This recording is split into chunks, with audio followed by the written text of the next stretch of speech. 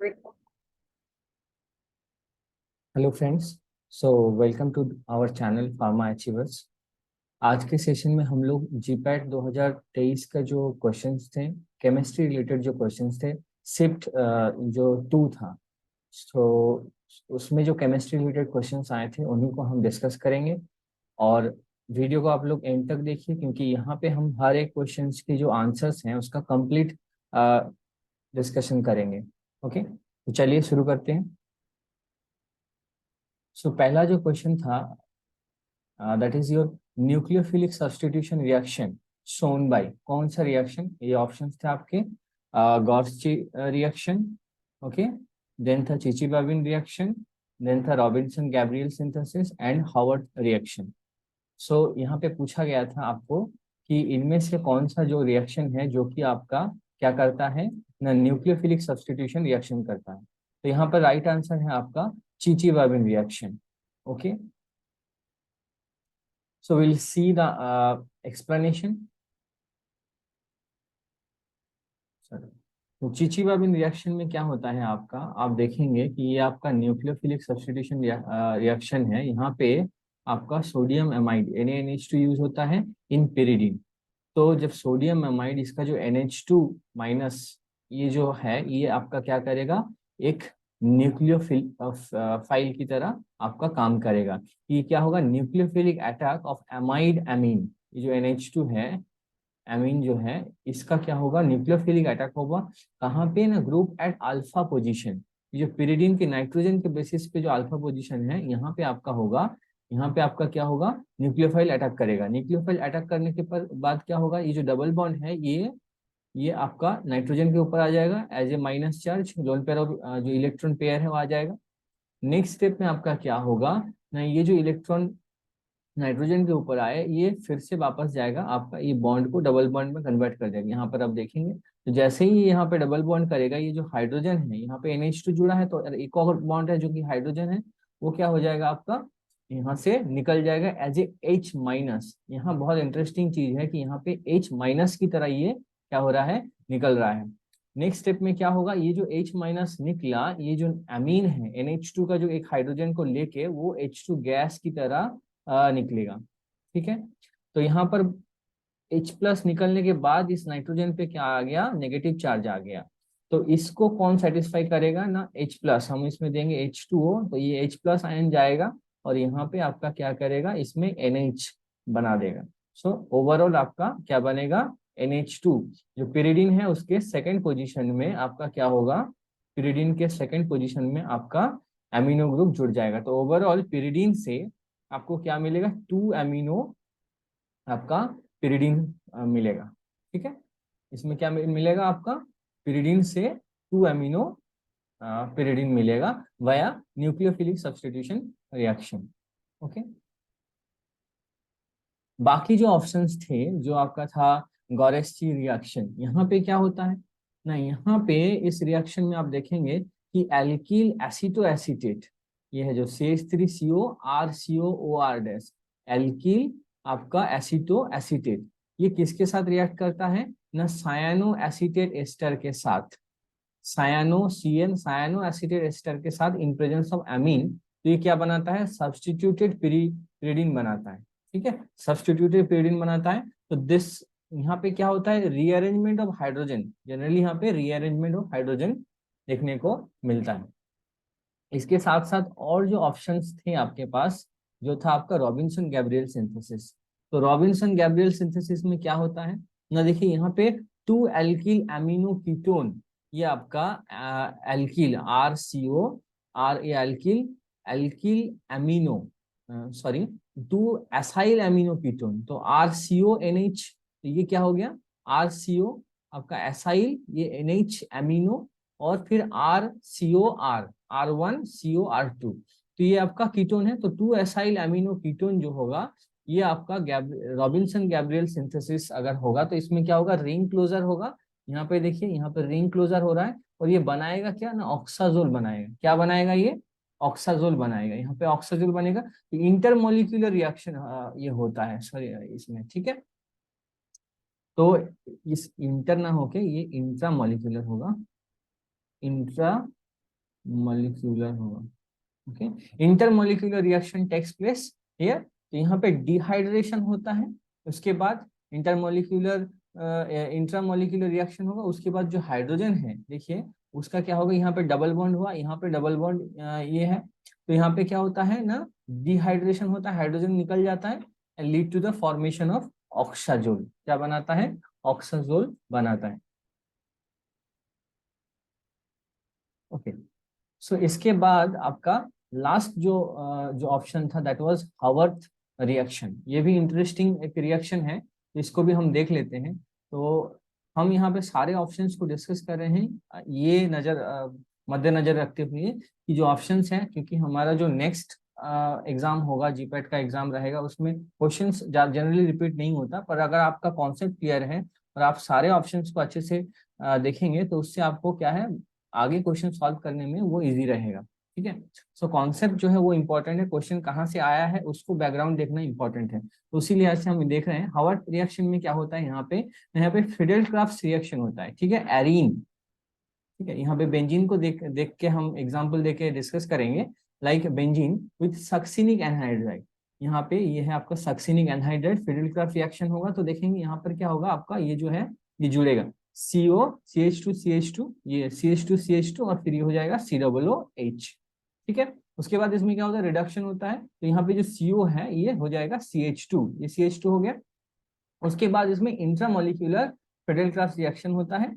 Intramolecular Fidel craft reaction होगा, होने के बाद ये आपको क्या देगा ना, आपको 1 टेट्रालोन देगा। ये जो है क्या है, 1 टेट्रालोन मॉलिक्यूल है। ठीक है, सो हावर्थ जो जो जो टेट्रालोन 1 टेट्रालोन बन रहा है फ्रॉम आपका बेंजीन, तो ये जो रिएक्शन, ये जो फिडेल क्राफ्ट रिएक्शन है, ये this is known as Haworth reaction. Overall जो है हावर्थ रिएक्शन के नाम पे जाना जाता है। तो हमें जो ये क्वेश्चन नंबर 1 में पूछा गया था कि न्यूक्लियोफिलिक सब्स्टिट्यूशन रिएक्शन कहाँ देखने को मिलती है, तो हमारा जो ऑप्शन था दैट इज चिची-वर्बिंग रिएक्शन। चिची-वर्बिंग रिएक्शन में आपको क्या मिलता है, न्यूक्लियोफिलिक सब्स्टिट्यूशन देखने को मिलता है। ठीक है, यहाँ पे सेकंड पोजीशन में हाइड्रोजन को सब्स्टिट्यूट करके एमीन आ गया, NH2 आ गया। Moving to the second question, second question क्या पूछा गया था, the most common source used in UV spectroscopy. Most common source जो कि यूवी स्पेक्ट्रोस्कोपी में लाइट सोर्स जो है क्या है वो पूछा गया था। क्या पूछा गया था, लाइट सोर्स पूछा गया था, source in UV spectroscopy, UV spectroscopy. Okay, अब यहाँ पे ऑप्शंस जो हैं tungsten lamp, quartz, global source, नॉन्स ब्लूअर, ये तीनों जो है these are not the UV source. ठीक है, तो यहाँ टंगस्टन लैंप है। ठीक है, टंगस्टन लैंप है, लेकिन क्वेश्चन में देयर वाज यूवी स्पेक्ट्रोस्कोपी। अगर आपका यूवी विजिबल ऐसे लिखा रहता तो हम इसको ऑप्शन ए को हम क्या बोलते हैं, राइट ऑप्शन। ओवरऑल अगर कोई ऑप्शन मैच नहीं कर रहा है tungsten lamp near equals to, इसको हम सेलेक्ट करेंगे। बट जनरली जो टंगस्टन है ये विजिबल के लिए यूज होता है, टंगस्टन लैंप जो है, और यूवी के लिए ड्यूटेरियम जो है जनरली यूज किया जाता है। तो यहाँ पे मोस्ट अप्रोप्रिएट जो होगा वो टंगस्टन लैंप, तो उस हिसाब से हम इसको सिलेक्ट करेंगे। अगर क्वेश्चन में यूवी विजिबल स्पेक्ट्रोस्कोपी लिखा है तो ये ऑप्शन उस हिसाब से ज्यादा प्रेफरेबल होगा। ओके, तो यहाँ पे हम सोर्स देख लेते हैं, टंगस्टन लैंप तो राइट आंसर है, यहाँ पे मोस्ट अप्रोप्रिएट है। तो यहाँ पे हम देख लेते हैं लाइट सोर्स। तो यूवी जो आपका स्पेक्ट्रोस्कोपी में लाइट सोर्स जो है, रेडिएशन सोर्स जो है, देखेंगे कि जनरली ये स्पेक्ट्रोफोटोमीटर में स्विचिंग लाइट सोर्स देखने को मिलता है। मतलब इसमें क्या है, यूवी रीजन है और विजिबल रीजन है। यूवी और विजिबल साथ में दोनों रीजन है स्पेक्ट्रोफोटोमीटर में। तो देखिए टंगस्टन फिलामेंट वाला जो हैलोजन लैंप है उसको यूज किया जाता है विजिबल रेंज के लिए, विजिबल रेंज के लिए उसको यूज किया जाता है। और ड्यूटेरियम लैंप जो है उसको यूज किया जाता है यूवी रीजन के लिए। ठीक है, तो स्पेक्ट्रोफोटोमीटर में दोनों को यूज किया जाता है, साथ में स्विच करता है रिक्वायरमेंट के हिसाब से, आप किस रेंज में स्कैन करना चाहते हैं उस हिसाब से वो चेंज होता है। तो जनरली जो हैलोजन लैंप है जो टंगस्टन फिलामेंट रहता है उसमें, उसका रेंज है 300 टू 2500 नैनोमीटर। मतलब कि या कुछ पोर्शन यूवी का, फिर विजिबल रेंज पे। ड्यूटेरियम आर्क लैंप जो है वो आपका क्या है ना, 190 टू 400, एकदम प्रॉपर यूवी वाला इसका रीजन है। उसके अलावा जेनॉन आर्क लैंप यूज किया जाता है, 160 टू 2000 नैनोमीटर रेंज रहता है। मोस्ट रिसेंट जो है एलईडी लाइट इमिटिंग डायोड जो है वो विजिबल वेवलेंथ में आपका क्या देगा, रेडिएशन, लाइट रेडिएशन जो है देगा। ओके, तो will move to the next question. Question number 3, next question जो है आपका पूछा गया था आपको, phenol reacts with NaOH in chloroform to produce what. Options are 3 hydroxy benzaldehyde, उसके साथ था 4 हाइड्रोक्सी बेंजल्डिहाइड, 2 हाइड्रोक्सी बेंजल्डिहाइड और 6 हाइड्रोक्सी बेंजल्डिहाइड। ये जो फेनॉल का रिएक्शन है विथ NaOH क्लोरोफॉर्म के प्रेजेंस में, तो ये जो है ये एक पॉपुलर रिएक्शन है जो राइमर टिमन रिएक्शन है, राइमर टिमन टिमन रिएक्शन है। ठीक है, ये क्या है, राइमर टिमन रिएक्शन है। तो यहाँ पर आपको क्या क्या मिलेगा देखने को। सो इन प्रेजेंस ऑफ क्लोरोफॉर्म ये आपको देगा 2 hydroxy benzaldehyde. The right answer is, phenol जब NaOH के प्रेजेंस में, इन प्रेजेंस ऑफ क्लोरोफॉर्म NaOH के साथ रिएक्ट करेगा तो आपको क्या देगा, 2 हाइड्रोक्सी बेंजल्डिहाइड। देख लेते हैं मैकेनिज्म। तो यहाँ पे आप देखेंगे कि फेनॉल जो है ये रिएक्ट कर रहा है in presence of chloroform and aqueous NaOH।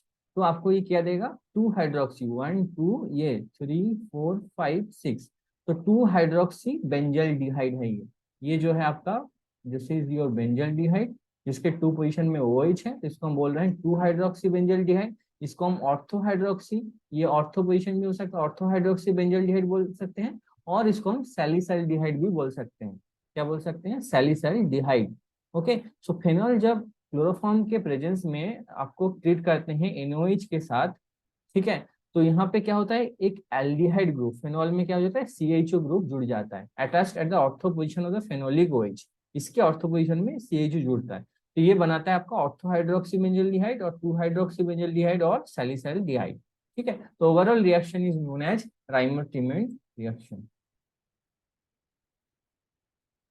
Moving to the next question, यहाँ पे आपको पूछा गया था कि Ostwald dilution law is applicable to weak electrolytes. इसके लिए एप्लीकेबल है Ostwald dilution law, weak electrolyte, strong electrolyte electrolysis और नॉन आयनिक इलेक्ट्रोलाइसिस और ऑल लेवल इलेक्ट्रोलाइसिस। तो यहाँ पे राइट ऑप्शन है आपका वीक इलेक्ट्रोलाइसिस और weak electrolytes. Ostwald dilution law जो है वो एप्लीकेबल टू वीक इलेक्ट्रोलाइट्स। ठीक है, तो हम इसका एक्सप्लेनेशन देखेंगे। ऑसवाल्ड डाइल्यूशन लॉ जो है वो देखेंगे। सी, ऑसवाल्ड डाइल्यूशन लॉ जो है, दिस इज नथिंग बट, ये क्या है ना, this is a relationship between dissociation constant, किस नाम से जाना जाता है, dissociation constant represented as KD, and the degree of dissociation that is alpha. ठीक है, ऑफ ए वीक इलेक्ट्रोलाइट। तो वीक इलेक्ट्रोलाइट के केस में डिसोसिएशन कांस्टेंट और एंड डिग्री ऑफ डिसोसिएशन के बीच जो रिलेशन है that is represented in Ostwald dilution law. अब यहाँ पे अगर इलेक्ट्रोलाइट का हम आयनाइजेशन देखें, AB जो है इसमें A+B-। अब इक्विलिब्रियम में डिसोसिएशन कांस्टेंट को कैसे रिप्रेजेंट करेंगे ना, concentration of A+ into concentration of B जो B- है divided by overall concentration of AB। तो अब यहाँ पे देखिए इसको हम कैसे रिप्रेजेंट कर सकते हैं ना, यहाँ पे अगर आपका this is okay, give me a second. So हाँ, यहाँ पे देखिए अल्फा, अल्फा C0 से दिखाया गया। यहाँ पे अल्फा क्या है, फ्रैक्शन ऑफ डिसोसिएटेड इलेक्ट्रोलाइट। तो जो AB है डिसोसिएट होकर A+B- बनाया है, तो अगर उसका फ्रैक्शन कितना है, A का जो फ्रैक्शन है मान लीजिए कि अल्फा है, ठीक है, B का भी सेम अल्फा, तो और C0 है टोटल कंसेंट्रेशन ऑफ इलेक्ट्रोलाइट। ये जो इलेक्ट्रोलाइट AB है इसका टोटल कंसेंट्रेशन क्या मान लिया, C0। ठीक है, तो अगर टोटल C0 है, फ्रैक्शन A का अल्फा है, तो अमाउंट कितना होगा, कितना होगा अमाउंट, ठीक है, कंसेंट्रेशन कितना होगा ना, अल्फा C0। A+ का कितना होगा, अल्फा C0 कंसेंट्रेशन हो जाएगा। और B- का जो है इसका कंसेंट्रेशन कितना होगा ना, वो भी अल्फा C0 होगा। ठीक है, तो इस इलेक्ट्रॉनिक स्पीसीज जो है उनका कंसेंट्रेशन अल्फा C0। अब यहाँ पे 1 - अल्फा को क्या से डिनोट किया गया, फ्रैक्शन ऑफ अनडिसोसिएटेड इलेक्ट्रोलाइट, मतलब जो डिसोसिएट नहीं हुआ है AB को। ठीक है, तो जो AB का कंसेंट्रेशन फिर कितना होगा ना, फ्रैक्शन ऑफ अनडिसोसिएटेड पोर्शन जो कि 1 - alpha into total concentration. Total जो है आपका कंसेंट्रेशन इलेक्ट्रोलाइट कितना था, C0, बचा कितना है ना, 1 - अल्फा इंटू C0 इतना बचा है, क्योंकि 1 - अल्फा को हम डिनोट करें फ्रैक्शन ऑफ अनडिसोसिएटेड इलेक्ट्रोलाइट।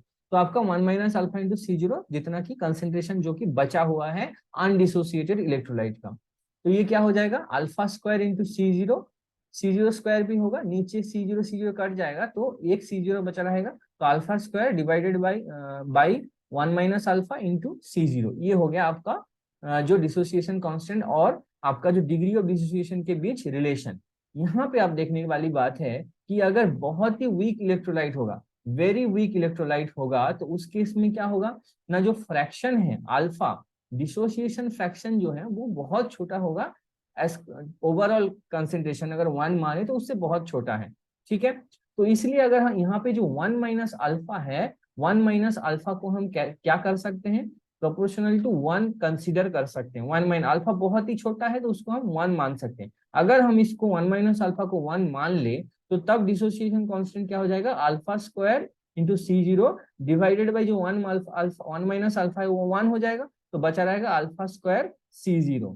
ठीक है, तो यहां से हम लिख सकते हैं कि अल्फा इक्वल्स टू, तो जो fraction of dissociation equals to root आपका क्या हो जाएगा, KD बाई आपका C0। ठीक है, ये C0 नीचे आ जाएगा बाई KD, और स्क्वायर था उधर जाएगा तो रूट हो जाएगा। ठीक है, स्क्वायर रूट हो जाएगा।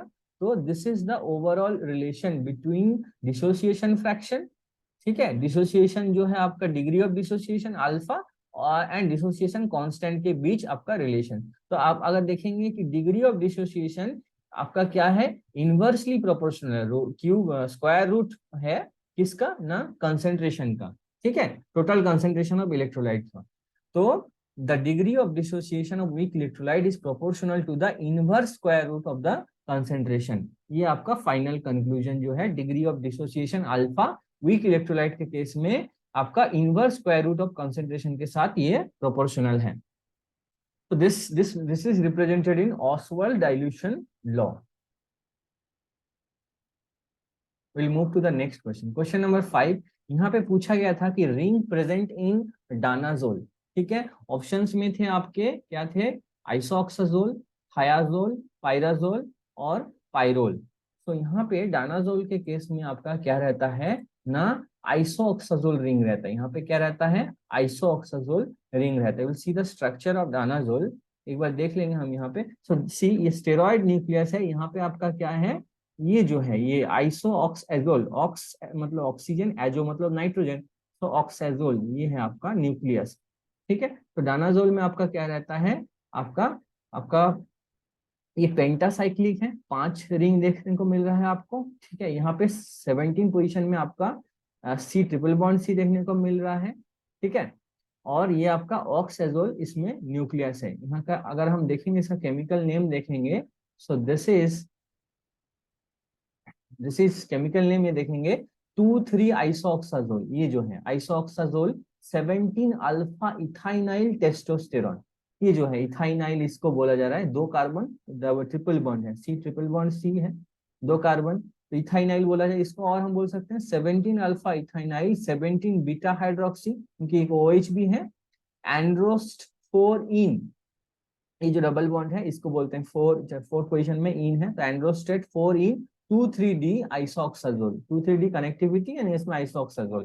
तो ये इसका केमिकल नेम, दोनों दो तरीके से हम इसको रिप्रेजेंट कर सकते हैं कि ये आपका 2,3-आइसोऑक्साजोल 17 अल्फा इथाइनाइल टेस्टोस्टेरोन है, या 17 अल्फा इथाइनाइल 17 बीटा हाइड्रोक्सी एंड्रोस्ट 4 इन 2,3-D आइसोऑक्साजोल है।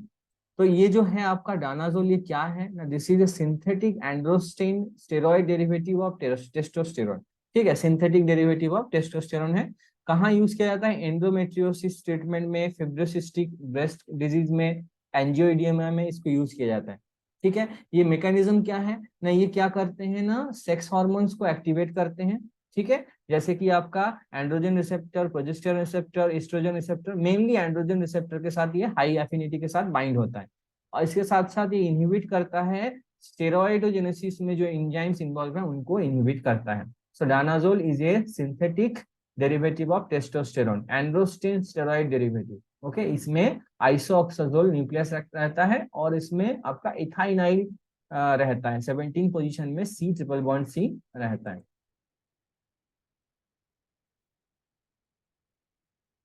Moving to the next question, यहाँ पे आपका बायोकेमिस्ट्री से ये क्वेश्चन पूछा गया था, ये बहुत ही कॉमन क्वेश्चन है, epimer of D glucose in 4th position.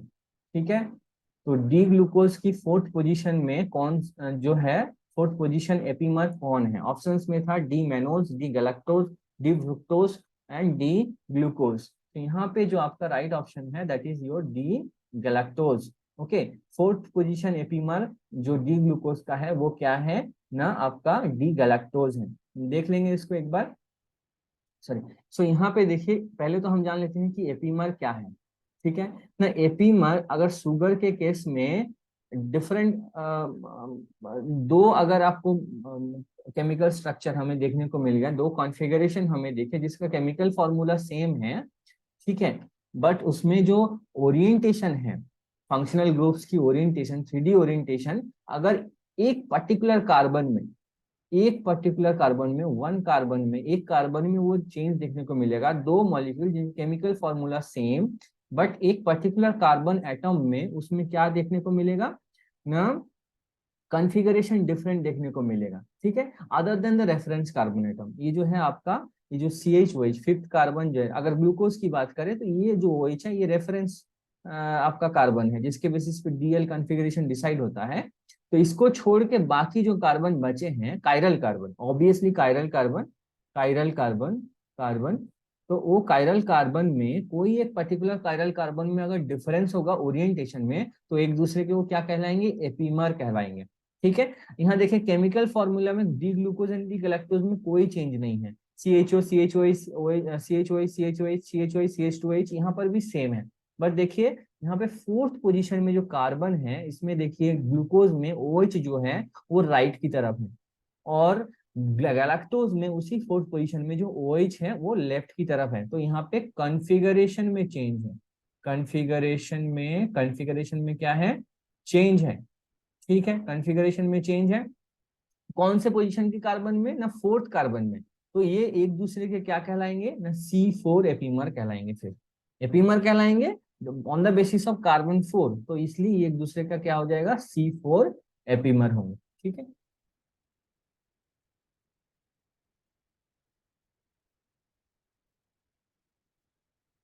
Next question में चलते हैं। यहाँ पे नेक्स्ट क्वेश्चन भी बायोकेमिस्ट्री से ही पूछा गया था, the ratio between hydrogen and oxygen in carbohydrate.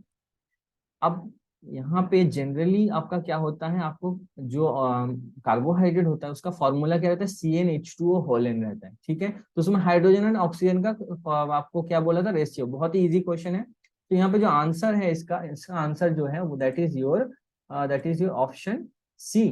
Okay, 2:1 hydrogen and oxygen के बीच जो रेशियो रहता है वो है आपका 2:1। हम यहाँ पे एक एग्जांपल लेके इसका देख लेंगे, 2:1 उसका रेशियो रहता है। देखिए कार्बोहाइड्रेट के केस में जैसे मैंने बताया कि आपका क्या है, जो फॉर्मूला है, एम्पेरिकल फॉर्मूला क्या है, CnH2O होल एन। ओके, अगर मान लीजिए कि ग्लूकोज के केस में एरिथ्रोज, राइबोज, इनके सारे केस में देखिए, ग्लूकोज के केस में आपका क्या है, एन क्या है, n = 6 है। ठीक है, n = 6 है। अब H2n होगा 2n, मतलब हाइड्रोजन कितना है, 12 है, और ऑक्सीजन के केस में कितना है आपका, वो 6, C6H12 वो 6। तो इन दोनों के बीच रेशियो अगर देखेंगे तो क्या है, 12/6, दैट इज योर 2:1। एरिथ्रोस के केस में यहाँ पे H8 है, ठीक है, O4 है, तो यहाँ पे भी आपका 2:1, यहाँ पे भी 2:1, यहाँ पे भी। राइबोस के केस में आपका H10O5, तो ये 2:1, 10/5। ठीक है, so the ratio of hydrogen और ऑक्सीजन जनरली कितना होता है, 2:1, अगर वो एम्पिरिकल फॉर्मूला फॉलो कर रहा है जनरली, जो कि देखा जाता है कार्बोहाइड्रेट के केस में। Okay, so moving to the next question. तो यहाँ पे था option, right option is 2:1। Next question जो है आपको पूछा गया था कि आइसोक्विनोलिन, ठीक है, isoquinoline reacts with oleum at 90 degree Celsius to form, क्या बनाता है आइसोक्विनोलिन अगर ओलियम के साथ रिएक्ट करेगा इन प्रेजेंस ऑफ H2SO4। तो ये जो है आपका, ये आपको क्या देगा, ये आपको देगा that is isoquinoline 5 sulphonic acid. क्या देगा, 5th पोजीशन में आपको क्या मिलेगा, SO3H जुड़ जाएगा। ठीक है, आइसोक्विनोलिन 5 सल्फोनिक एसिड आपको देखने को मिलेगा अगर आइसोक्विनोलिन ओलियम के साथ एट 90 डिग्री सेल्सियस में रिएक्ट करेगा इन presence of H2SO4। Okay, so will see the reaction. यहाँ पे देखिए आइसोक्विनोलिन, ये आपका स्ट्रक्चर है, this is isoquinoline, this is quinoline, reference के लिए बस डाला है कि ये क्विनोलिन ये नाइट्रोजन पोजीशन है, सेकंड पोजीशन में नाइट्रोजन है, ठीक है। 1 2 3 4 5 6 7 8, ये जो फिफ्थ पोजीशन है एंड जो एट पोजीशन है ये आपका रिएक्टिव पोजीशन है, ठीक है। रिएक्टिव, यहाँ पे सब्सटीट्यूशन सब्सटीट्यूशन हो सकता है, रिएक्टिव पोजीशन है। In presence of H2SO4 and oleum 90 degree Celsius में ये क्या करेगा आपका आइसोक्विनोलिन 5 सल्फोनिक एसिड, यहाँ पे SO3 जुड़ जाएगा, ठीक है। आइसोक्विनोलिन 5 सल्फोनिक एसिड आपको देगा। Moving to the next question. Next question जो आपको पूछा गया था ये भी बायोकेमिस्ट्री और भी कार्बोहाइड्रेट से ही पूछा गया था चैप्टर से, सिमिलर वही आपका एपीमर पूछा गया है। यहाँ पे पूछा गया है कि epimer of D glucose in second position, वो था आपका इसके पहले वाले क्वेश्चन में था फोर्थ पोजिशन, यहाँ पे आपका सेकेंड पोजिशन। तो डी ग्लूकोज का एपीमर तो डी ग्लूकोज नहीं हो सकता, ठीक है, डेक्सट्रोज नहीं हो सकता आपका, यहाँ पे आपका क्या हो सकता है कि आपका मैनोज हो सकता है या फ्रुक्टोज हो सकता है। तो right option is your D mannose. Second position में आपका क्या है, सेकेंड पोजीशन में जो एपीमर है डी ग्लूकोज का वो क्या आपका मैनोज है, डी मैनोज। ओके, तो देख लेते हैं हम वही चीज सेम सेम एपीमर के केस में रेफरेंस कार्बन को छोड़ के बाकी जो कायरल कार्बन है कोई एक कार्बन में स्पेशल अरेंजमेंट में ओरिएंटेशन में डिफरेंस होगा तो एक दूसरे के एपीमर कहलाएंगे। तो यहाँ पे देखेंगे C2 पोजीशन, डी ग्लूकोज की C2 पोजीशन में OH दिखे राइट साइड में है, यहाँ पे देखिए मैनोज के केस में ये OH लेफ्ट साइड में है। ओरिएंटेशन में डिफरेंस एक दूसरे के, और कौन से कार्बन ना 2 कार्बन, सेकेंड कार्बन जो कि कायरल कार्बन है, तो एक दूसरे के क्या कहलाएंगे C2 एपीमर कहलाएंगे। तो डी ग्लूकोज का C2 एपीमर है आपका D mannose. Okay, next question जो पूछा गया था आपको क्या पूछा गया था ना, choose the correct stability order of free radical. यहाँ पे फ्री रेडिकल का स्टेबिलिटी ऑर्डर पूछा गया था। फ्री रेडिकल का स्टेबिलिटी ऑर्डर आप मान लीजिए कार्बोकैटायन का स्टेबिलिटी ऑर्डर दोनों का सेम ही रहता है।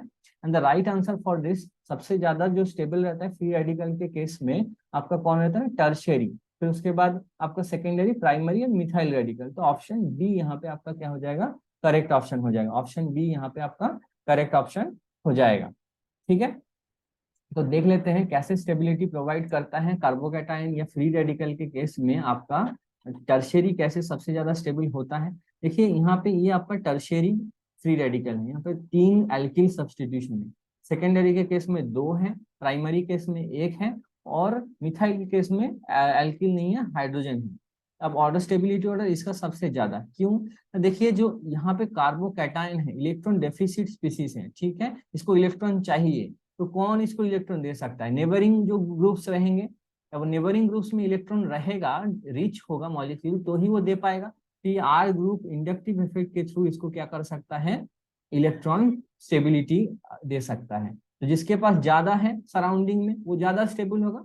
इसी वजह से देखिए increasing number of alkyl groups on the carbon bearing the free radical increases the stability. सबसे ज्यादा एल्किल ग्रुप किस में है, 3 डिग्री फ्री रेडिकल में है, तो ये सबसे ज्यादा स्टेबल होगा as compare to secondary, as compare to 1 degree primary then methyl. इसमें तो CH3 है ही नहीं, सबसे स्टेबल ये, then 2 degree then 1 degree then methyl, ठीक है। तो free radicals are stabilised by the attached alkyl group via inductive effect.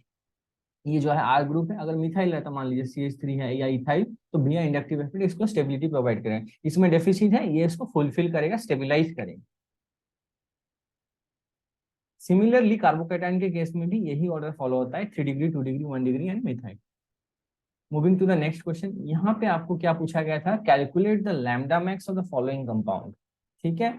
Lambda max पूछा गया था, तो लैम्डा मैक्स जो है वुडवर्ड फिशर रूल से आपका क्या होता है, कैलकुलेट होता है। तो इस मॉलिक्यूल के केस में जो लैम्डा मैक्स जो है जो कैलकुलेट, जो राइट ऑप्शन है कैलकुलेटेड लैम्डा मैक्स जो होगा वो कितना है ना, ऑप्शन डी यहाँ पे करेक्ट है, दैट इज योर 240। क्या है, 240 नैनोमीटर इस कंपाउंड का होगा, ठीक है। ये क्या है आपका कंजुगेटेड डाइईन है, ठीक है। तो हम देख लेंगे, इसको कैलकुलेट कर लेंगे और इसका हम थ्योरी भी देख लेंगे, मतलब जो फॉर्मूला है वो कैसे कैलकुलेट किया जाता है वो भी हम देख लेंगे। सी, जो जो आपका कैलकुलेट लैम्डा मैक्स कैलकुलेट होता है on the basis of Woodward Fisher rule, ठीक है। फॉर्मूला क्या है इसका ना, एक बेस वैल्यू रहता है, ठीक है, उसके साथ जुड़ता है क्या ना, सब्सटीट्यूएंट कंट्रीब्यूशन, कितने सब्सटीट्यूएंट है, और अदर कंट्रीब्यूशन, उसका सम जुड़ता है, ठीक है। अब बेस वैल्यू क्या है यहाँ पे ना, ईच टाइप ऑफ डाइईन और ट्राइईन सिस्टम, कंजुगेटेड डाइईन मतलब 2 डबल बॉन्ड ऐसे रहेगा, डबल बॉन्ड सिंगल बॉन्ड फिर डबल बॉन्ड फिर सिंगल बॉन्ड, दो डबल बॉन्ड, कंजुगेटेड सिस्टम, या ट्राइन रहेगा, ऐसे रहेगा। और साइक्लिक हो सकता है, प्लानर भी हो सकता है। तो डाइन और ट्राइन के इसमें ये सर्टेन वैल्यू फिक्स रहता है कि इतना उसका क्या होगा, लैम्डा मैक्स, मतलब उतना वैल्यू उसमें जुड़ेगा। ठीक है, जिस टाइप का वो डाइन या ट्राइन होगा, ठीक है, मतलब उसी पोजीशन में उसका एब्जॉर्प्शन होगा। तो ये जो वैल्यू है इसको बोलते हैं बेस वैल्यू।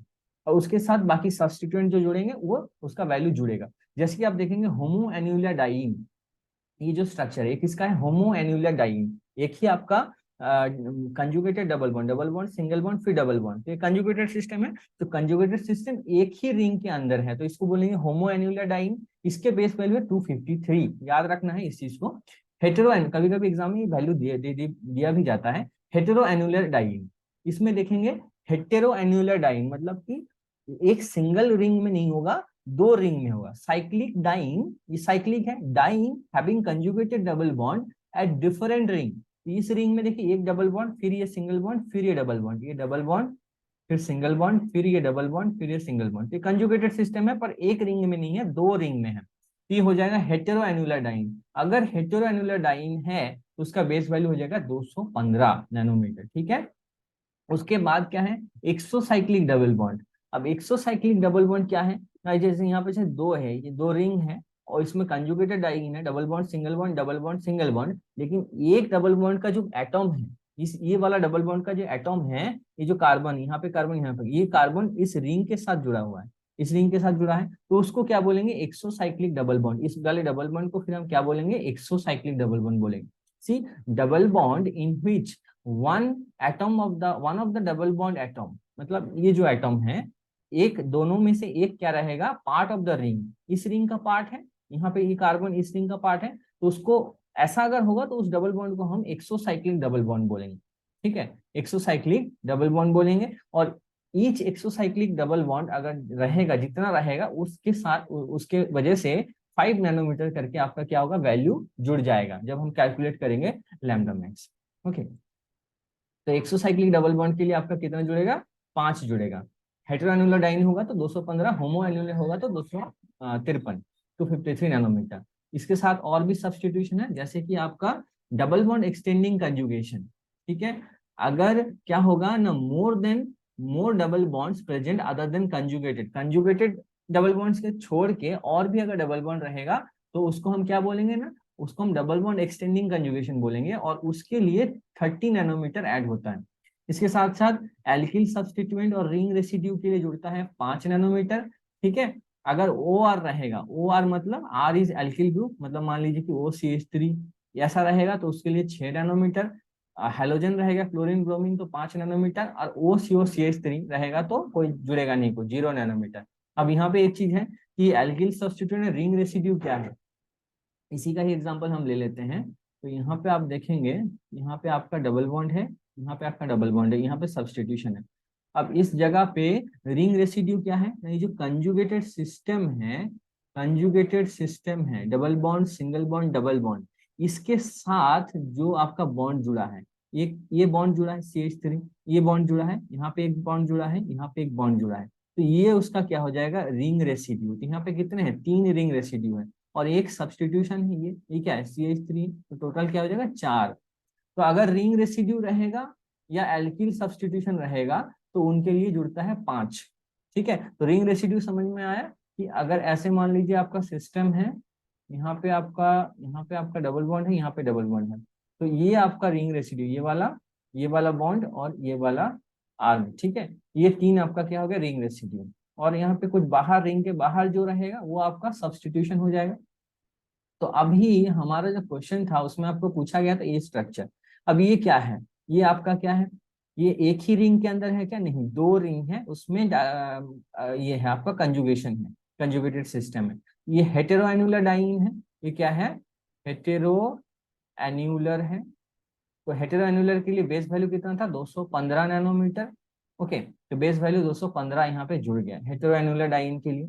अब रिंग रेसिड्यू इसमें कितना है, एक रिंग रेसिड्यू, 2 रिंग रेसिड्यू, ये तीसरा रिंग रेसिड्यू, ये यहाँ, यहाँ और यहाँ, मतलब कंजुगेशन के साथ जो आर्म जुड़ा है। ठीक है, तो 3 रेसिड्यू रिंग रेसिड्यू था, और एक आपका मिथाइल सब्स्टिट्यूशन था, ये क्या है, CH3 है। तो दोनों के लिए ही एल्किल सब्स्टिट्यूशन या रिंग रेसिड्यू सेम 5 नैनोमीटर जुड़ता है। इसको ओवरऑल टोटल कितना, 1 2 3 और एक एल्किल सब्स्टिट्यूशन के लिए 4, तो टोटल 4, 4 × 5 दैट इज 20 नैनोमीटर। एक साथ ही इसको काउंट कर लिया।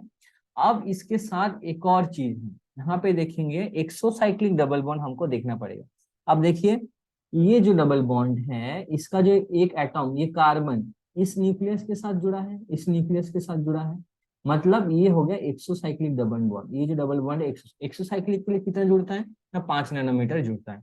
तो ओवरऑल 215, 20 एंड 5 टोटल कितना हो गया 240। तो ये जो हमें दिया गया था उसका जो एक्सपेक्टेड जो लैम्डा मैक्स है, कैलकुलेटेड लैम्डा मैक्स, वो कितना होगा 240। तो इसको इस तरीके से कैलकुलेट किया जाता है। Okay, so will move to the next question. Next question जो पूछा गया था मेडिसिनल केमिस्ट्री रिंग से पूछा गया था आपका, ठीक है। कहाँ से पूछा गया था, मेडिसिन केमिस्ट्री की रिंग से पूछा गया था। न्यूअर बेंजोडाइजेपाइन जो है, नॉन मतलब जिसमें बेंजोडाइजेपाइन न्यूक्लियस नहीं है, इसलिए वहीं से पूछा गया है। यहाँ से ऑप्शंस में था आपका मैच द फॉलोइंग में था जोल्पीडेम, जालेफ्लोन, जोपिक्लोन एंड ट्रायाजोलम, ठीक है। रिंग क्या क्या दिया है, benzodiazepine, पायराजीन, pyrimidine and imidazole. Structure पता रहेगा तो यहाँ पे आपको इसको करने में आसानी होगा। तो यहाँ पे जो राइट ऑप्शन है that is your option C, ठीक है। तो एक बार हम इसको दिखा देते हैं कि आपका P4 दैट इज इमिडाजोल, जोल्पीडेम, ठीक है। Q3 that is your pyrimidine, okay. Zaleplon में क्या है, पिरिमिडीन, उसके साथ R2 बेंजोडाइजेपाइन, जोपिक्लोन जो है, आप इसमें क्या है आपका बेंजोडाइजेपाइन है जोपिक्लोन में, ओके। सॉरी R2 ये बोला गया है, नॉट दिस वन, ये नहीं, यहाँ पे बोला गया है आपका that is your, okay give me a second, R2 बोला गया, R2 ये ऑप्शन राइट ऑप्शन है, R2 दैट इज योर जोपिक्लोन में क्या है पायराजीन है, ठीक है। क्या है आपका पायराजीन है। और S1 मतलब ट्रायाजोलम जो है वो आपका क्या है बेंजोडाइजेपाइन। यहाँ पे बस अगर आपको ट्रायाजोलम पता रहता, ट्रायाजोलम क्या है, ये बेंजोडाइजेपाइन, BZD बेंजोडाइजेपाइन है, ये आपका क्या है बेंजोडाइजेपाइन डेरिवेटिव है। अगर आपको आर पता है, ये जो ट्राइजोलम पता है, ट्राइजोलम बेंजोडाइजेपाइन है, तो उसमें डेफिनेटली बेंजोडाइजेपाइन न्यूक्लियस रहेगा। तो देखिए S1 अगर पता, बाकी सब S4 3 2 था, S1 अगर पता रहता तो साइड ऑप्शन सिलेक्ट कर सकते हैं ऐसे। तो ट्राइजोलम बेंजोडाइजेपाइन ये जो सारे हैं ये बेंजोडाइजेपाइन नहीं, सिडेटिव हिप्नोटिक हैं, पर दीज आर नॉट बेंजोडाइजेपाइन, ठीक है। इनको newer benzodiazepine derivative non benzodiazepine में काउंट किया जाता है। तो ट्रायाजोलम में आपका बेंजोडाइजेपाइन है, उस तरीके से आप ऑप्शन सी को सिलेक्ट कर सकते हैं, ठीक है। तो जोल्पीडेम में आपका क्या है, आपका इमिडाजोल है। जालेफ्लोन में आपका क्या है पिरिमिडिन है। जोपिक्लोन में पायराजीन है। अब इनका हम स्ट्रक्चर एक एक करके देख लेंगे। सी, यहाँ पे आप देखेंगे कि पहला जो था आपका, पहला जो था आपका क्या था, आपका जोपिक्लोन था, ठीक है। जो सॉरी पहला जोपिक्लोन नहीं था आपका, पहला जो है I think I have skip कर गए एक स्लाइड को, हाँ। तो यहाँ पे जो आपका पहला जो था जोल्पीडेम था। तो जोल्पीडेम के केस में आप क्या देखेंगे, यहाँ पे ये न्यूक्लियस है, इमिडाजो आपका पिरिडीन है, ये आपका क्या है पिरिडीन न्यूक्लियस है। ये पिरिडीन है जिसके साथ इमिडाजोल जुड़ा है, तो ये इमिडाजो पिरिडीन है। इमिडाजो पिरिडीन किस में रहता है ना, जोल्पीडेम में रहता है। ये नॉन बेंजोडाइजेपाइन, बेंजोडाइजेपाइन न्यूक्लियस नहीं है ये, बट सिडेटिव हिप्नोटिक है, ठीक है। उसके बाद आपका क्या है ना, जालेफ्लोन, जालेफ्लोन भी नॉन बेंजोडाइजेपाइन सेडेटिव हिप्नोटिक है। इसमें न्यूक्लियस क्या है ना, पायराजोलो पिरिमिडिन। आपके ऑप्शन में ये पिरिडिन था, इसमें पिरिमिडिन था, तो ये पायराजोलो पिरिमिडिन है। यहाँ पे देखेंगे आप, आपका ये आपका पिरिमिडिन है, ठीक है। ये आपका पायराजोलो आपका ओवरऑल पिरिमिडिन है, ठीक है।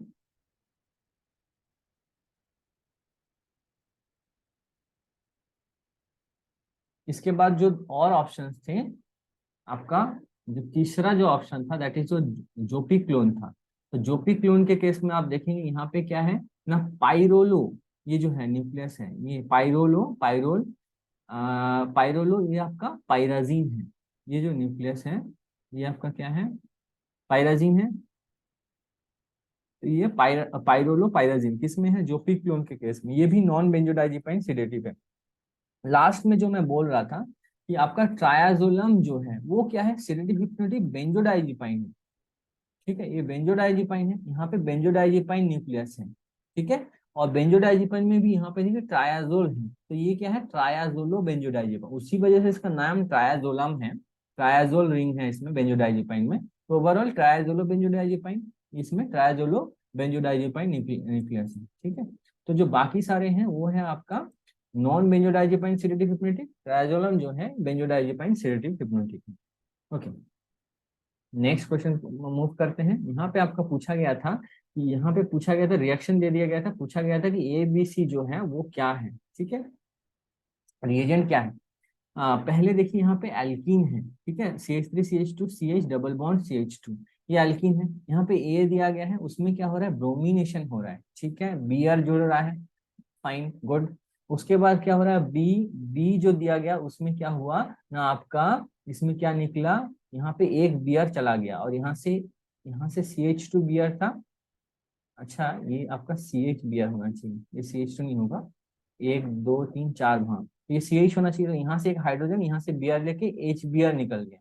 नेक्स्ट स्टेप में C दिया, तो C देने पे क्या हुआ, C ट्रिपल बॉन्ड CH हो गया, मतलब फिर से यहाँ से आपका H बियर निकल गया, ये जो H बियर निकल गया। ठीक है, यहाँ पर तो ये बियर और यहाँ से एक हाइड्रोजन लेके निकला था H बियर, यहाँ पे फिर से वही H बियर निकला, तो ये हो गया आपका C ट्रिपल बॉन्ड CH। मतलब ये क्या हो रहा है, डिहाइड्रो हेलोजिनेशन, एलिमिनेशन हो रहा है। ठीक है, तो पहले स्टेप में आपका जो है ब्रोमिनेशन हो रहा है, तो उसके लिए हमको Br2 देना है, सारे केस में Br2 है। ठीक है, नेक्स्ट स्टेप में जहाँ पे आपका क्या हो रहा है ना, डिहाइड्रो हेलोजिनेशन, आपका क्या हो रहा है, एलिमिनेशन हो रहा है, उसके लिए हमको क्या देना पड़ेगा, बेस देना पड़ेगा। ठीक है, तो बेस देखिए ये HCl है, एसिड है, ये वाला ऑप्शन कट गया। ये भी HCl है, तो ये वाला ऑप्शन भी कट गया, बचा रहा ये दो ऑप्शन, तो दोनों में ही KOH है। तो हमको बेस क्या है, हम देंगे यहाँ पे KOH देंगे, क्या देंगे, KOH देंगे, तो बी हो गया आपका KOH। अब उसके बाद फिर जो दिया जा रहा है उसमें सी जो दिया जा रहा है, जिसपे आपका एल्कीन जो है वो एल्काइन हो रहा है, C डबल बॉन्ड C से ट्रिपल बॉन्ड C, वहां पर भी आपका डिहाइड्रो हेलोजिनेशन हो रहा है, HBr निकल रहा है, एलिमिनेशन हो रहा है। तो इसके लिए हमको एक स्ट्रॉन्गर बेस देना पड़ेगा। अब क्या देना पड़ेगा, स्ट्रॉन्गर बेस देना पड़ेगा। ये जो डिहाइड्रो डिहाइड्रो हैलोजिनेशन हो रहा है, और हम एलिमिनेशन भी बोल सकते हैं, एलिमिनेशन भी बोल सकते हैं, तो यहाँ पे स्ट्रॉन्गर बेस देंगे। यहाँ पे स्ट्रॉन्गर बेस क्या है, ऑप्शन में NaNH2 NaNBH4, that is NaNH2 आपका क्या है, स्ट्रॉन्गर बेस है, NaNH2। ठीक है, स्ट्रॉन्गर बेस है, तो the right answer is option D. The right option is, यहाँ पे क्या हो जाएगा आपका, क्या हो जाएगा, ऑप्शन बी हो जाएगा। ठीक है, option B is the right option. Okay, तो वही चीज हम देखें, यहाँ पे Br2 दिए, लेकिन अल्कोहलिक KOH देंगे, एलिमिनेशन होगा, HBr निकलेगा। अगेन उसमें आपको क्या करेंगे, जो आपका क्या सोडियम एमाइड देंगे, सोडामाइड देंगे, तो वो ट्रिपल बॉन्ड C हो जाए, डिहाइड्रो हेलोजिनेशन होता है, यहाँ पर भी HBr निकलेगा। जो NaNH2 सोडामाइड है वो स्ट्रॉन्गर बेस्ड है as compare to alcoholic KH, इसलिए वो डबल बॉन्ड से क्या करेगा, HBr निकाल के उसको ट्रिपल बॉन्ड बना देगा। ठीक है, moving to the next question, which of the following drug contains trimethyl amine side chain, इनमें से कौन सा ड्रग है जिसमें कि ट्राइमिथाइल एमीन, मेडिसिनल केमिस्ट्री से पूछा गया क्वेश्चन है आपका। ये ऑप्शंस में आपके क्या क्या है, नियोस्टिग्मिन, फाइसोस्टिग्मिन, पिलोकार्पिन एंड पाइरिडोस्टिग्मिन। ठीक है, इनमें से कौन सा ड्रग है जिसमें कि ट्राइमिथाइल एमीन साइड चेन है। ठीक है, तो the right option for this is neostigmine, option A जो है यहाँ पे आपका करेक्ट है। कौन सा ऑप्शन करेक्ट है, यहाँ पे ऑप्शन ए करेक्ट है। ठीक है, नियोस्टिग्मिन में आपका ट्राइमिथाइल एमीन साइड चेन रहता है। देख लेते हैं हम लोग एक बार, यहाँ पे देखिए ये स्ट्रक्चर, सॉरी, यहाँ पे आपको दिया गया है स्ट्रक्चर, जो कि नियोस्टिग्मिन का स्ट्रक्चर, यहाँ पे देखेंगे NCH3। ठीक है, इनमें 3 CH3 है, ये है आपका कैटाइन बन जा रहा है, तो ये ट्राइमिथाइल बेंजानियम बेंजामिनियम, सॉरी, ट्राइमिथाइल ये बनाएगा, बेंज एमिनियम आयन बनाएगा, ट्राइमिथाइल बेंज एमिनियम, ये आपका आयन जुड़ा हुआ है इसके साथ। तो नियोस्टिग्मिन के आपका क्या है, ट्राइमिथाइल एमीन जो है। जुड़ा हुआ है। ये क्या है? एसिटाइल कोलिनेस्टरेज इनहिबिटर है, एसिटाइल कोलिनेस्टरेज इनहिबिटर है। नियोस्टिग्मिन, फाइसोस्टिग्मिन भी सेम एसिटाइल कोलिनेस्टरेज इनहिबिटर। बट इसमें देखिए आप यहाँ पर देखेंगे ये जो न्यूक्लियस है ये क्या है ना, ट्राईमिथाइल। यहाँ पर भी एक CH3, यहाँ पे एक CH3, यहाँ पे यह CH3, यहाँ पे ट्राईमिथाइल। ये क्या है आपका? पाइरोलो इंडोल रिंग जुड़ा है इसमें। ये आपका आपका क्या है? इंडोल इंडोल न्यूक्लियस है। और ये आपका पाइरोल है, 1 2 3 4 5, हाँ 5 कार्बन है। पाइरोलो ये इंडोल जुड़ा है, ठीक है। इसमें ना फाइसोस्टिग्मिन में। इसके बाद जो ऑप्शन था पिलोकार्पिन, पिलोकार्पिन पे क्या है ना, ये क्या है? मास्करेनिक एगोनिस्ट है, M3 एगोनिस्ट है पिलोकार्पिन। इस पे इमिडाजोल न्यूक्लियस है, ये जो न्यूक्लियस है ये क्या है? इमिडाजोल है। इसमें और क्या है ना, फ्यूरानोन है, ये फ्यूरान उसमें ओ, ठीक है, फ्यूरानोन इसमें आपका न्यूक्लियस है, फ्यूरानोन न्यूक्लियस है इसमें। डबल बॉन्ड नहीं है उसमें हालांकि, बट स्टिल इट इज फ्यूरानोन। और लास्ट में जो पाइरिडोस्टिग्मिन, ये भी एसिटाइल कोलिनेस्टरेज इनहिबिटर था। इसमें क्या रहता है देखिए, CH3, ये क्या है? पिरिडीन है। पिरिडीन में आयन है, N+ है, तो ये मिथाइल पिरिडीनियम आपका न्यूक्लियस इसमें है, किसमें ना, पाइरिडोस्टिग्मिन में। तो जो हमारा राइट ऑप्शन था वो था आपका नियोस्टिग्मिन। नियोस्टिग्मिन में हमको ट्राइमिथाइल एमीन एमोनियम जो आयन जो है वो देखने को मिलता है। नेक्स्ट क्वेश्चन आपको पूछा गया था कि fluorescence intensity is increased by कौन सा फंक्शनल ग्रुप जो है वो फ्लोरोसेंस इंटेंसिटी इंक्रीज करेगा, ठीक है। ऑप्शन था COOH, CO2, NH2, NO2, ठीक है। तो यहाँ पे आपको एक ही चीज पता करना है कि कौन सा फंक्शनल ग्रुप इलेक्ट्रॉन डोनेटिंग है, कौन सा इलेक्ट्रॉन विड्रॉइंग ग्रुप है, ठीक है। तो यहाँ पे राइट ऑप्शन है आपका option C, that is NH2। NH2 क्या करेगा? फ्लोरोसेंस इंटेंसिटी को इंक्रीज करेगा।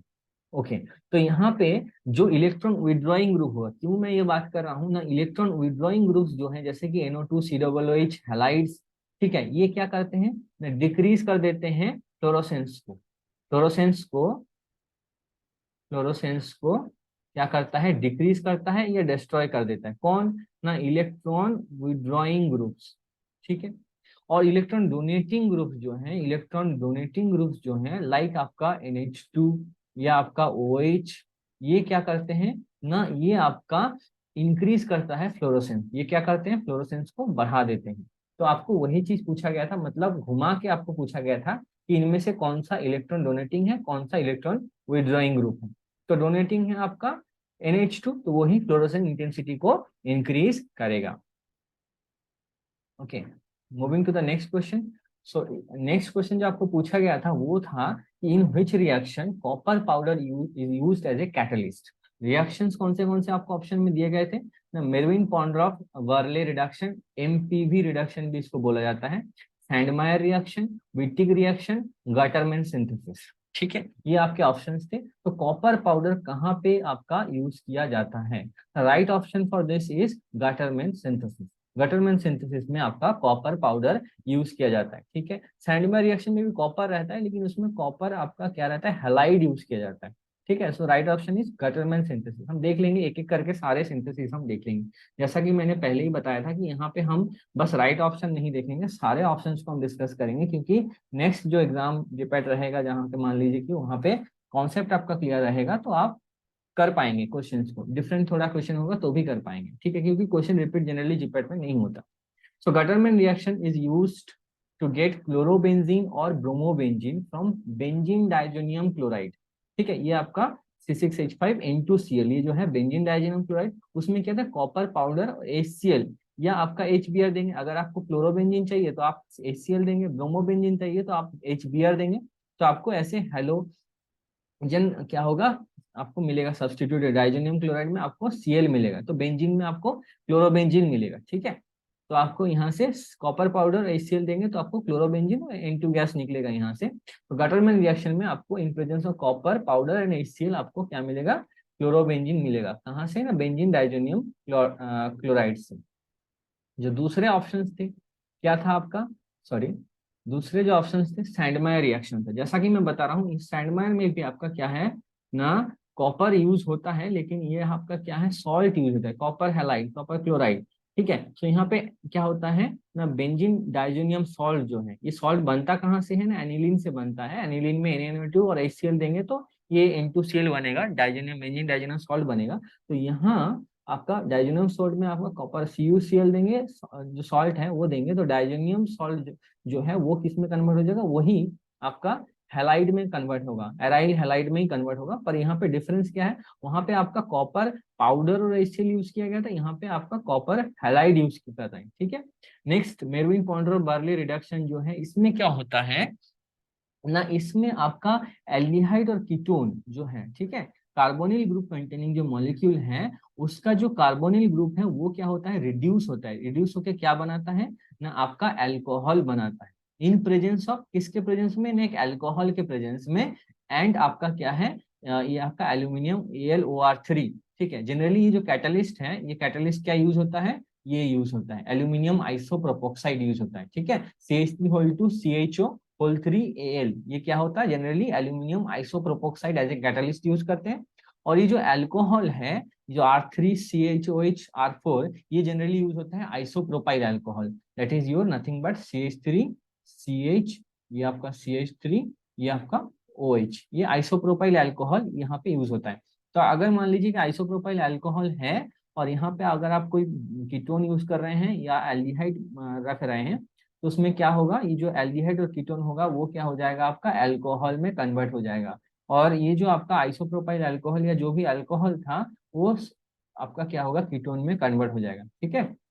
देखिए aluminium catalysed hydride shift from, ये आपका क्या हो रहा है, carbon of alcohol of an alcohol component to the carbonyl carbon of a second component. मतलब क्या हुआ, यहाँ पे हाइड्रोजन, देखिए यहाँ पे डबल बॉन्ड O था, OH हो गया, और यहाँ पे OH था, ये डबल बॉन्ड O हो गया, तो हाइड्राइड जो है, हाइड्राइड जो है वही शिफ्ट हो रहा है।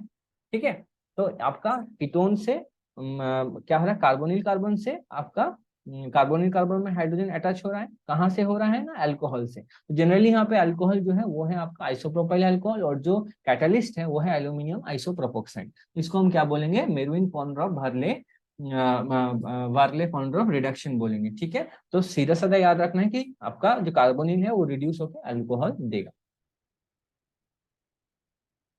थर्ड जो रिएक्शन था वो था विटिक रिएक्शन। ये भी एक इंपॉर्टेंट रिएक्शन है। यहाँ पे क्या विटिक रिएक्शन में क्या होता है, तो विटिक रिएक्शन में आपको क्या मिलेगा, इसको विटिक रिएक्शन या विटिक ऑलिफिनेशन भी बोलते हैं। यहाँ पे भी आपका एल्डिहाइड और कीटोन, ठीक है, मान लीजिए कि ये लिख देते हैं CH3CO CH3 एसीटोन, एल्डिहाइड और ketone in presence of triphenyl phosphonium ylide, ये जो है आपका, इसको क्या बोलते हैं, विटिक रिएजेंट बोलते हैं। विटिक रिएजेंट क्या है ना, ये है ट्राइफिनाइल फॉस्फोनियम इलाइड। ठीक है। ये क्या है, ट्राइफिनाइल मतलब PH3, तीन फिनाइल जुड़ा है किसके साथ, फॉस्फोरस के साथ, double bond CH2, triphenyl phosphonium Allied बोलते हैं। तो इसके साथ अगर एल्डिहाइड कीटोन रिएक्ट करेगा तो वो हमको क्या देता है, एल्कीन देता है। क्या देगा, एल्कीन देगा।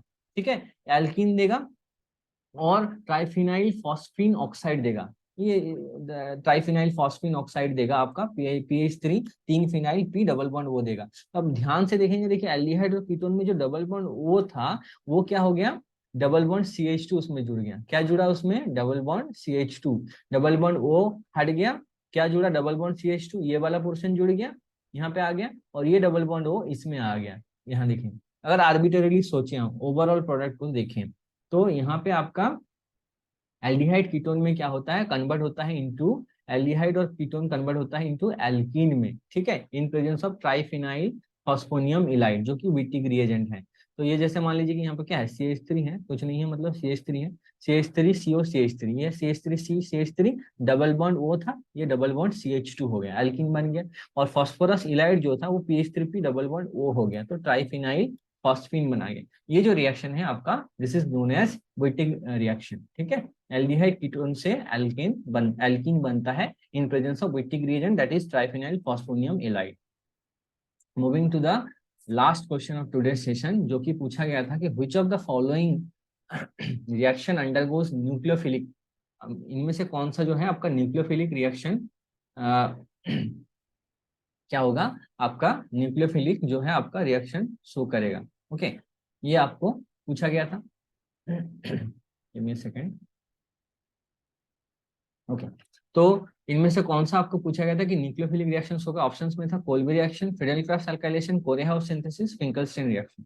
ठीक है, तो यहाँ पे जो राइट ऑप्शन है, जो न्यूक्लियोफिलिक सब्स्टिट्यूशन रिएक्शन शो करता है, वो है आपका फिंकलस्टीन रिएक्शन। ठीक है, फिंकलस्टीन रिएक्शन जो है वो आपका न्यूक्लियोफिलिक सब्स्टिट्यूशन रिएक्शन शो करेगा। एक एक करके हम रिएक्शंस को देख लेंगे। पहले हम सॉरी पहले हम देख लेते हैं फिंकलस्टीन रिएक्शन। इसमें क्या होता है फिंकलस्टीन रिएक्शन में, देखिए यहाँ पर क्या होता है, it is a reaction where exchange of one halogen atom takes place for another. ठीक है, मतलब एक हैलोजन एटॉम क्या होता है, दूसरे हैलोजन एटॉम को वो क्या करता है, आपका दूसरे हैलोजन एटॉम को क्या करेगा, रिप्लेस करेगा। ठीक है, रिप्लेस करेगा, एक्सचेंज होगा उसमें। तो mediated via SN2 mechanism, SN2 mechanism, nucleophilic substitution bimolecular, two for bi. ठीक है, न्यूक्लियोफिलिक सब्स्टिट्यूशन बाई मॉलिक्यूलर। ठीक है, तो यहाँ पे देखिए RX जो है एंड X डैश माइनस, ये आपका क्या है, न्यूक्लियोफाइल है। ये क्या कर रहा है, इसको रिप्लेस करेगा। देखिए यहाँ पे RX डैश हो गया और X माइनस निकल गया। तो यहाँ पे आपका this reaction is Finkelstein reaction. Example लेके अगर देखें, क्लोरोइथेन, ठीक है, CH3CH2Cl। अब इसमें सोडियम आयोडाइड NaI दिए और इन प्रेजेंस ऑफ एसीटोन क्या करेगा, क्लोरोइथेन बनाएगा, आयोडोइथेन। मतलब ये जो हेलोजन है, क्लोरीन है, ये किससे रिप्लेस किया, आयोडीन से रिप्लेस हो गया। अब बनेगा यहाँ पे NaI की जगह NaCl प्रेसिपिटेट बनेगा। तो यहाँ पे जो NaI है, ये आप Na+I- बनाता है, और ये जो I- है, ये न्यूक्लियोफाइल की तरह काम करेगा। जो I- है, आयोडाइड आयन जो है, ये आपका क्या करेगा, न्यूक्लियोफाइल की तरह काम करेगा। कैसे काम कर रहा है, देखिए यहाँ पे देखिए, ये आपका CH3CH2Cl जो कि क्लोरोइथेन था। अब यहाँ पे आयोडीन अटैक किया इस कार्बन को। ठीक है, अब ये क्या है, वन स्टेप है, कॉन्सर्टेड प्रोसेस है। इसमें क्या होगा आपका सिंगल स्टेप में क्या हो जाएगा, आयोडीन यहाँ से अटैक करेगा तो यहाँ से क्लोरीन निकल जाएगा। ठीक है, ये आयोडीन अटैच हुआ और यहाँ से क्लोरीन निकल गया। जो क्लोरीन Cl- निकला, Na+ के साथ मिलके वो क्या करेगा, NaCl बनाएगा। और यहाँ पे देखिए ओरिएंटेशन जो है इसका चेंज हो गया, आयोडीन जुड़ने के साथ ही ये आयोडो इथेन तो बनाया, लेकिन ये आपका यहाँ पे क्या हो गया, इसका जो ओरिएंटेशन था वो आपका चेंज हो गया। ठीक है, तो ये कहाँ देखने को मिलता है, न्यूक्लियोफिलिक सब्स्टिट्यूशन जो आपका बाइमोलिकुलर SN2 मैकेनिज्म में ये देखने को मिलता है। ठीक है, ऐसे रहता है ना अम्ब्रेला, जो कि आपका शिफ्ट हो जाता है, ऐसे ओरिएंटेशन चेंज हो जाता है। तो ये था आपका जो nucleophilic substitution, bimolecular nucleophilic substitution Finkelstein reaction में देखने को मिलता है। बाकी जो ऑप्शन है वो भी हम देख लेते हैं। फिडेल क्राफ्ट एल्काइलेशन में एल्काइलेशन होता है, एल्किन जो आपका एरीन है, बेंजीन जैसे मान लीजिए, उसमें आपका क्लोरोफॉर्म अगर देखें in presence of a Lewis acid, जैसे यहाँ पर FeCl3 है, कैटलिस्ट यूज हो रहा है, AlCl3 भी यूज कर सकते हैं। तो उसके प्रेजेंस में आपका क्या होगा, ये जो CH3 है ये बेंजीन रिंग में आ जाएगा, सब्स्टिट्यूट हाइड्रोजन को सब्स्टिट्यूट करके। तो ये इलेक्ट्रोफिलिक एरोमेटिक सब्स्टिट्यूशन है। ठीक है, तो आपका एल्काइलेटेड प्रोडक्ट देता है in presence of alkyl halide और एल्कीन। कोरे हाउस सिंथेसिस में एक बार हम देख लेते हैं, ये भी इंटरेस्टिंग है। कोरे हाउस सिंथेसिस में क्या होता है ना, देखिए alkyl halide RX in presence of lithium, ये क्या बनाता है, एल्किल लिथियम रिएजेंट बनाता है। ठीक है, स्टार्टिंग में ये क्या बना देगा, RLi एल्किन लिथियम रिएजेंट बनाएगा। ये जो एल्किल लिथियम रिएजेंट है, ये क्या करेगा, CuI कॉपर जो है आयोडाइड के साथ ये रिएक्ट करेगा, एल्किल लिथियम, और ये कॉम्प्लेक्स बनाता है Li+RCuR-। ये जो ओवरऑल कॉम्प्लेक्स है इसको क्या बोलते हैं, लिथियम डाई एल्किल क्यूपरेट बोलते हैं। ठीक है, लिथियम डाई एल्किल क्यूपरेट बोलते हैं इसको। इसको गिलमैन रिएजेंट भी बोला जाता है। तो यही गिलमैन रिएजेंट जो है आपका कोरे हाउस सिंथेसिस में जो स्टेप फाइनल स्टेप में वहां यूज होता है। तो कोरे हाउस सिंथेसिस में ये जो गिलमैन रिएजेंट है Li+RCuR, ये जो है यहाँ पे आपका यूज हो रहा है, Li+RCuR एल्किल हैलाइड के साथ रिएक्ट करेगा RX के साथ। ठीक है, यहाँ पे R' देके डिफाइन किया गया है। तो ये रिएक्ट करने के बाद आपको क्या देगा ना, कोरे हाउस में आपको याद रखना है, आपको एल्केन मिलेगा। क्या मिलेगा, एल्केन मिलेगा। तो यहाँ से R' आपको मिलेगा, और बाकी जो RCuLix आपको अलग से मिलेगा। तो यहाँ गिलमैन रिएजेंट बनता है और वो क्या करता है, एल्किल हैलाइड के साथ रिएक्ट करके आपको एल्केन देगा। ये है आपका कोरे हाउस सिंथेसिस। ठीक है, तो यहाँ पे आपका गिलमैन रिएजेंट बनता है, जिसको लिथियम डाई एल्किल क्यूपरेट भी बोला जाता है। लिथियम एल्किल हैलाइड के साथ रिएक्ट करके वो चीज बनाता है। लास्ट जो ऑप्शन था कोल्बे स्मिथ रिएक्शन या कोल्बे रिएक्शन, कोल्बे इलेक्ट्रोलिसिस भी होता है। तो यहाँ पे कोल्बे रिएक्शन बोला गया था, तो इसमें कोल्बे स्मिथ जो रिएक्शन है उसी को दिखा रहे हैं। इसको कोल्बे प्रोसेस भी बोलते हैं। तो कोल्बे स्मिथ रिएक्शन और कोल्बे प्रोसेस में आपका क्या होता है ना, देखिए फिनॉल, यहाँ पे जो है आपका फिनॉल जो है वो रिएक्ट करता है किसके साथ ना, sodium hydroxide in presence of carbon dioxide.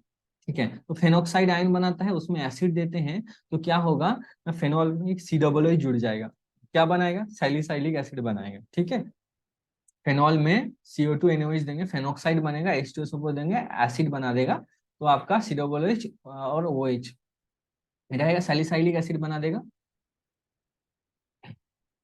ठीक है, तो देखिए कार्बोक्सिलेशन रिएक्शन है, ये एक कार्बोक्सिलेशन रिएक्शन है, COOH जुड़ रहा है, by treating phenol with sodium hydroxide, sodium phenoxide बनाएगा, सोडियम फेनोक्साइड को कार्बन डाइऑक्साइड के साथ ट्रीट करेंगे तो वो देगा आपका इसमें क्या हो जाएगा आपका, यहाँ पे आपको कार्बन डाइऑक्साइड देंगे तो ये COONA हो जाएगा, उसके बाद सल्फ्यूरिक एसिड देंगे तो आपको सैलिसाइलिक एसिड देगा। यहाँ पे इसका मैकेनिज्म दिखाया गया है, देखिए पहले स्टार्टिंग स्टेप में क्या हुआ, ये जो फेनॉल है OH है, इसमें आपका जो NaOH था उसका OH माइनस इसमें आके अटैक किया, तो O माइनस बना, O माइनस के साथ Na जुड़ गया तो ONA बन गया फेनोक्साइड। अब ये जो फेनोक्साइड है ये क्या करता है, न्यूक्लियोफिलिक एडिशन करता है। ठीक है, कहा किसमें, फेनोक्साइड क्या करता है ना, कार्बन डाइऑक्साइड के साथ, कार्बन डाइऑक्साइड के साथ जुड़ता है, यहाँ पे CO2 के साथ जुड़ रहा है न्यूक्लियोफिलिक एडिशन के थ्रू, और उसके बाद उसमें जो होता है क्या होता है, रीअरेंजमेंट होता है, होके आपका क्या देता है आपको, ओवरऑल आपको सैलिसाइलिक एसिड देता है। ठीक है, so this is all about the questions जो कि आपका जीपेट 2023 की जो शिफ्ट 2 था, मेरे फार्मास्यूटिकल केमिस्ट्री, केमिस्ट्री से रिलेटेड जो क्वेश्चन था शिफ्ट 2 में आया था, यही सारे क्वेश्चन थे जिनको हम लोगों ने आज डिस्कस किया विथ प्रॉपर मतलब ओवरऑल एक्सप्लेनेशन, सारे ऑप्शंस को हमने डिस्कस किया। ठीक है, so thank you so much, thank you so much for attending the session. Okay, तो ऐसे ही रिलेटेड जो आपका लेक्चर्स हैं और रिलेटेड कंटेंट्स के लिए हमारे जो चैनल है फार्मा अचीवर्स को आप लोग सब्सक्राइब करिए एंड जुड़े रहिए हमारे साथ। Thank you so much.